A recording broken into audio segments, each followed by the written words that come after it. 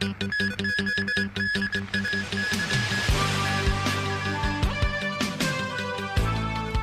Express Rail Link co-location bill expected to be passed later this evening. Safety issues found in all 10 models of USB travel adapters tested by the Consumer Council.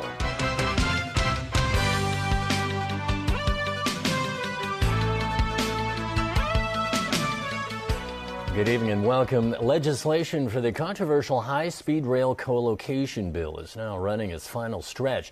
As Winna Wong reports, the bill's third reading is expected to pass by the end of tonight. Without enough camp members to make any sort of strategic moves, non-establishment lawmakers know very well the controversial co-location bill will likely pass its third reading, just as it did the first and second time. Still, they continue to do their part today by stalling the vote as much as possible. They put forward 24 amendment proposals. In the afternoon, LegCo President Andrew Leung simply began barring members from making statements on the amendments at all. That did not go down well with the non-establishment camp. We should use reason, but apparently it's no longer useful at the council. At the committee stage, we should be able to speak for an unlimited number of times. You have to explain yourself. You made your decision without giving an explanation. You continue to change your goalposts. You went from 30 to 22 and from 22 to even less. So how is this a fair game? As Secretary for Transport and Housing Frank Chan was making his response, members cried out in their seats. In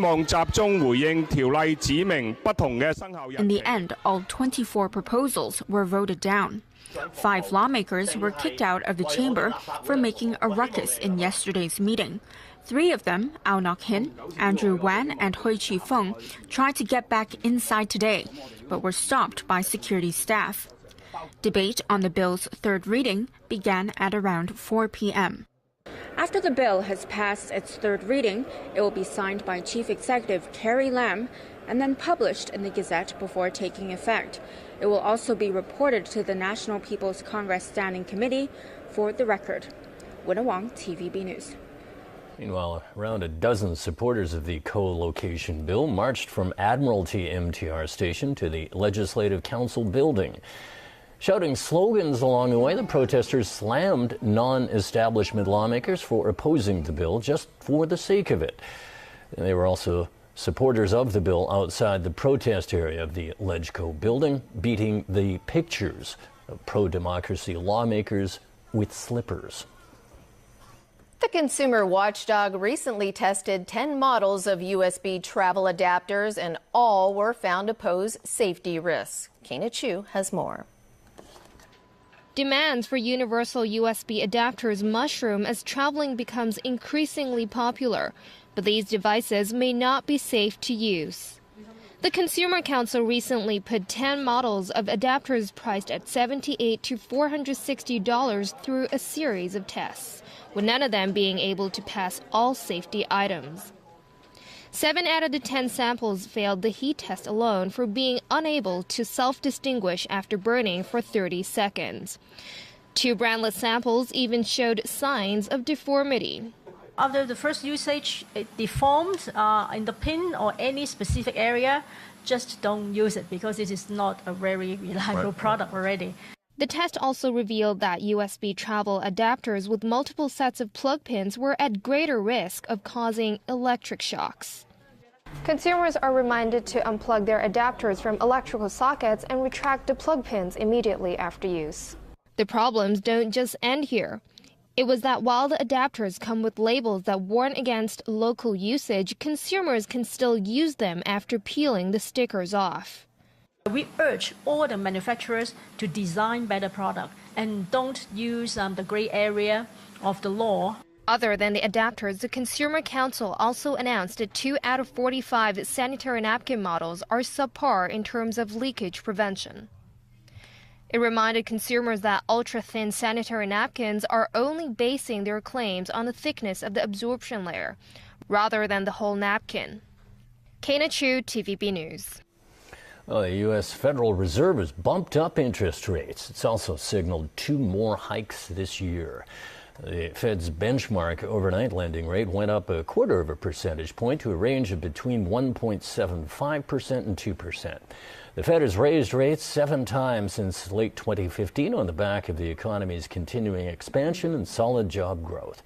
The move was widely expected. However, it still marked a milestone in the U.S. central bank shift from policies used to battle the 2007 to 2009 financial crisis and recession.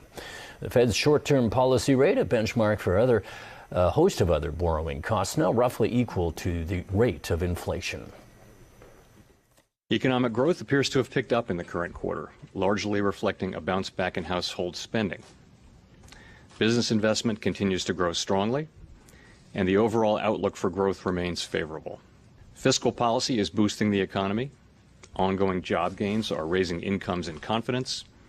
Foreign economies continue to expand, and overall financial conditions remain accommodative. Meanwhile, the Hong Kong Monetary Authority has raised its base rate by 25 basis points to 2.25%. That's in line with the U.S. Federal Reserve's hike. The chief executive of the Monetary Authority says it's only a matter of time before local lenders increase their prime rates. Under the linked exchange rate system, Hong Kong dollar interest rates will rise as U.S. monetary policy continues to normalize. Hong Kong dollar interest rate normalization will be conducive to a more healthy development of the asset markets, including the property markets in Hong Kong. But some volatility is unavoidable in the process. The Vietnamese government has vowed to punish extremists. This as protesters clashed with police earlier this week over a proposed law on special economic zones. Police in the province of Binh Thuan used tear gas and water cannons against demonstrators who fear the zones will be dominated by Chinese investors. Some protesters managed to enter and vandalize a government building. More than 100 people were arrested. Demonstrations also took place in Hanoi and in Ho Chi Minh City. One of the most controversial provisions of the draft law would allow foreigners to lease land for up to 99 years. On Monday, the National Assembly voted to delay passing the law until October to allow for more research.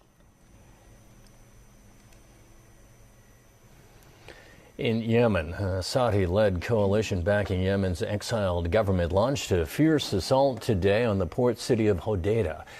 The attack on the Red Sea port is aimed at driving out Shiite rebels known as Houthis. The rebels have held Hodeidah since 2015. There are fears the assault could shut down the port, making it difficult to send food and aid to millions of residents. Some 70% of Yemen's food enters the country through this port. Right now, 27 million people rely on aid or risk starving. Saudi Arabia has promised to supply those in need with food and goods.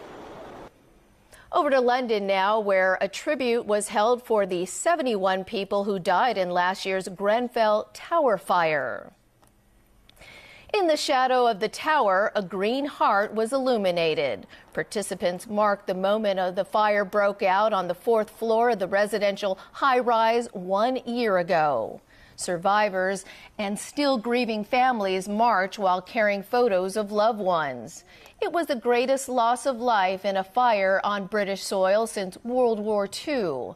People died trying to get out while others perished as they waited to be rescued. Still ahead on tonight's news. Italy demands an apology from France in a feud over a migrant rescue ship. Macedonia's president says he will not sign a deal with Greece amid protests against a plan to change the Balkan state's name. And a Grade 3 historical building in Yuen Long collapses.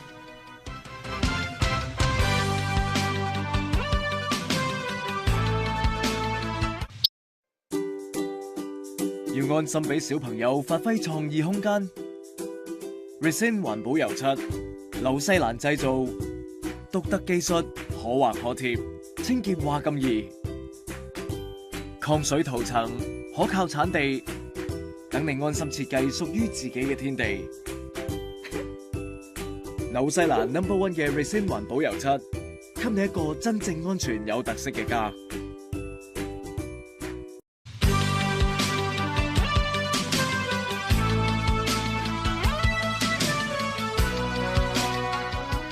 Welcome back. Unity in Europe is quickly crumbling over a migrant crisis that keeps growing. While the leaders of Italy and France are quarreling, German Chancellor Angela Merkel is facing heat over her open-door stance. 3 years after Europe was hit by the largest influx of migrants since World War II, and the issue of how to control immigration from outside Europe's borders has yet to be resolved. That's because many EU members refuse to accept their fair share of migrants. As a result, Italy has experienced more arrivals than any other EU country this year.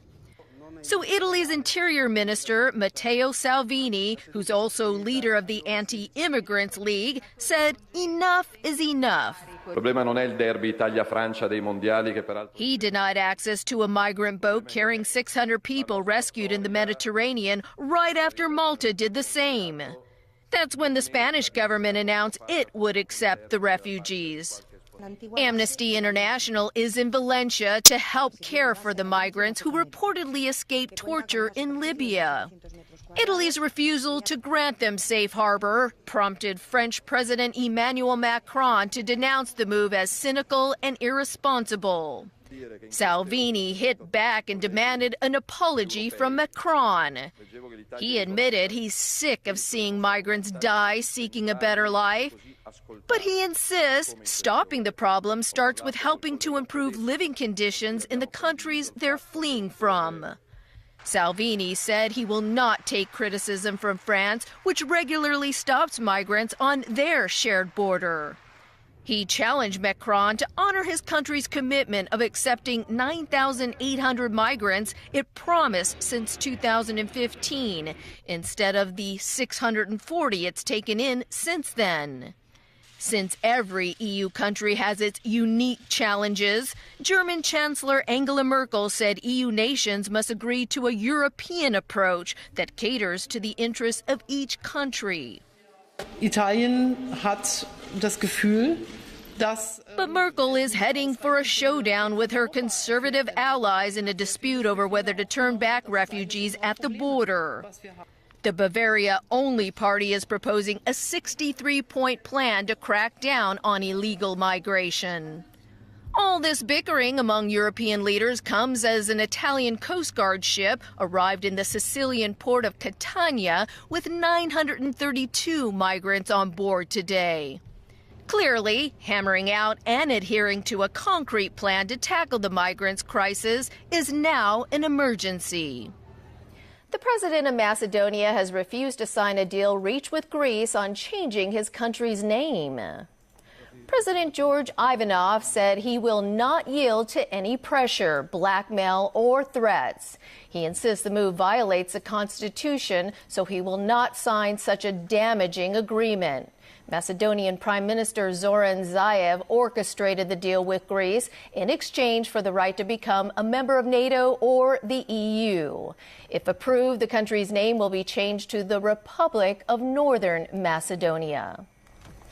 The Hong Kong-Zhuhai-Macau Bridge is expected to enter service later this year. Today, an operator of cross-border buses using the bridge announced its fares and service details. The operator has purchased 19 coaches from Europe to provide cross-border bus services as soon as the bridge opens to traffic.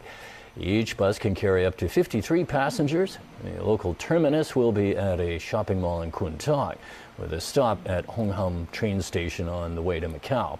There will be 3 drop-off points in Macau, located at different hotels. The trip is expected to take around 1 hour 45 minutes. The one-way fare has been set at $170 during daytime and $190 at night. The service will run throughout the day at roughly hourly intervals. A Grade 3 historic building in Yuen Long collapsed today, but no injuries were reported. The police received a report at around 9 a.m. that a 2-story building in Tung Tau Chun came tumbling down. Firefighters later confirmed no one was trapped in the rubble. The building was built in the 1930s. It was once used as a school for disadvantaged children. It was graded as a Grade 3 historical building by the Antiquities Advisory Board back in 2014. And from all of us, thanks for joining us. Good night.